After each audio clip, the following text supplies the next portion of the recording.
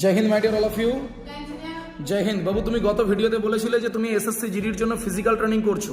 আচ্ছা, physical training তোমাকে কিরকম ভাবে করানো হচ্ছে? ফিজিক্যাল ট্রেনিং করানো হয় স্পিড, স্ট্রেংথ এবং স্টামিনার জন্য। খুব সুন্দরভাবে পার্টে পার্টে আলাদা আলাদাভাবে ট্রেনিং করানো হয় আমাদের জন্য। প্রত্যেকদিন ওয়ার্কআউট, প্রত্যেকদিন drill, basic drill, running event, এছাড়াও জিমে পাওয়ার আনার জন্য প্রত্যেকদিন সময় নিয়ে ধরে ধরে ফিজিক্যাল ট্রেনিং করানো হয়। Very good. এবং আমাকে তুমি বলো যে তোমার প্রথম টাইমিং কত ছিল যখন তুমি 1600 মিটার মারছিলে?